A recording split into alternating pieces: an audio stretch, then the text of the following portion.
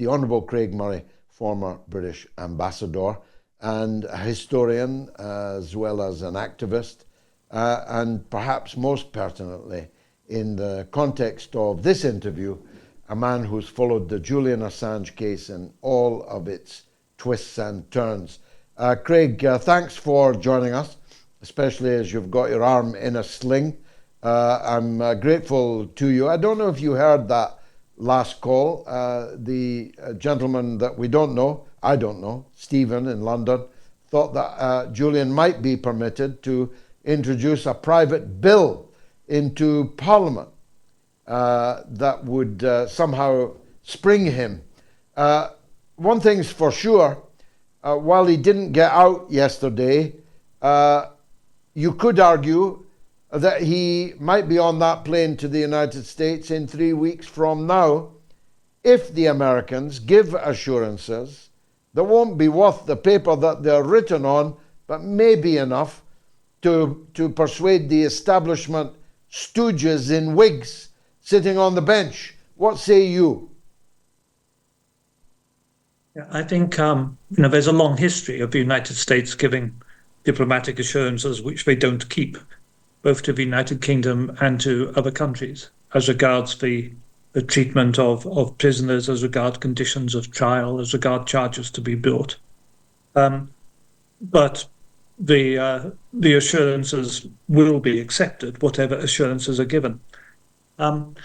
They're going to have difficulty giving assurances on the point of whether or not he will be allowed to rely on the First Amendment as a foreign national, because that's up to the judge.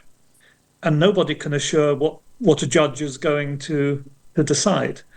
And as Julian's defence case put forward in his application for an appeal, and as the judgment refers to, that there is a Supreme Court judgment which states that foreign nationals acting abroad, and Julian, of course, was foreign national acting abroad at the time he published these documents, are not entitled to any constitutional protections. And one of the reasons given in that Supreme Court judgment, one of the reasons given for that is that if foreign nationals acting abroad were entitled to constitutional protections, then the United States military would have to grant constitutional rights to enemy combatants with whom they were in contact. Meaning, of course, that the people in Guantanamo Bay, for example, would have constitutional rights. So that there are complex reasons why the Americans are going to be both unable and unwilling to give an assurance on the grounds of no discrimination against him, on the grounds of nationality, on the grounds that he would be allowed to plead the First Amendment, because it's not by any means plain that he would be allowed to plead the First Amendment. And the US government is not in a position to give that assurance, even if they were minded. I'm on the same page as you. I think that's by far the most onerous of the three conditions that the British judges have sent to Washington, and could actually scupper the trial, couldn't it? If they refuse to give those assurances, or at least that one assurance. The judges yesterday said that Julian would have a high chance of success in an appeal. And therefore we could, mightn't we, be coming towards the end of this long calvary of our friend Julian Assange? It's a possibility, but I mean, so many legal points have been twisted on the way here that I don't in the least rule out they're twisting this particular point out of the way as well. What we might see is an assurance given, but simply an assurance that the prosecution will not seek to argue that he does not have First Amendment protections. But that doesn't mean that the judge won't rule it anyway. But the court may decide to accept simply an assurance that the prosecution will not seek it.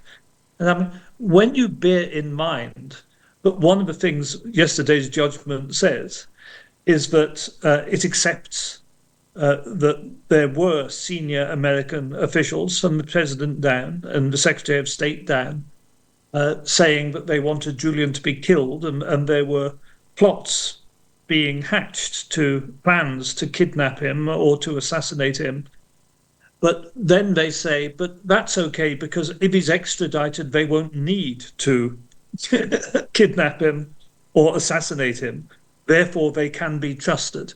When you look at the twisted logic of that, saying, well, we're putting him into their power so they won't need to kill him, as opposed to we're putting him into the power of people who want to kill him. Um, uh, they could well find a way to twist logic around this. I've never believed at any stage of this that any legal argument is so strong that our supine judgments won't find a way to give way to the United States. Unless the United States doesn't actually want him back, Craig, in an election year at the very least. Yeah, that's exactly what I think is happening here. This achieves everything that the United States wanted from this result. It keeps Julian in a maximum security prison. And as you and I are talking, Julian is there in the most terrible hellhole that is a Belmarsh prison, where both his physical and his mental health are deteriorating measurably on a daily basis. So that's achieved for them by this. It knocks everything a couple of months away. The United States want Julian dead, or if not dead, they want him in a concrete tomb, completely isolated, where he might as well be dead, where he's effectively dead. That's what their objective. But their objective is not to get there before the election, as you quite rightly say. Biden is already in huge trouble getting re-elected. The Genocide Joe label has stuck, and has deservedly stuck.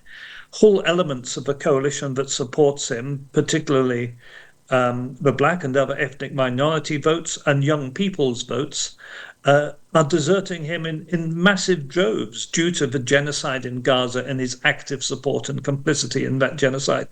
And those are exactly the same people who are going to be outraged by the persecution of Julian Assange if Julian Assange appears in chains in Washington.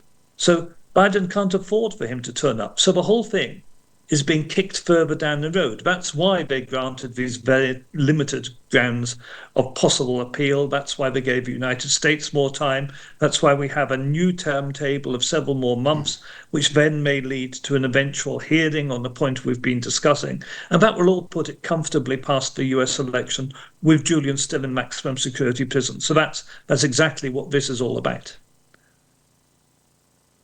May I turn in the few minutes left, and I'm grateful for your time, to your former career as a diplomat.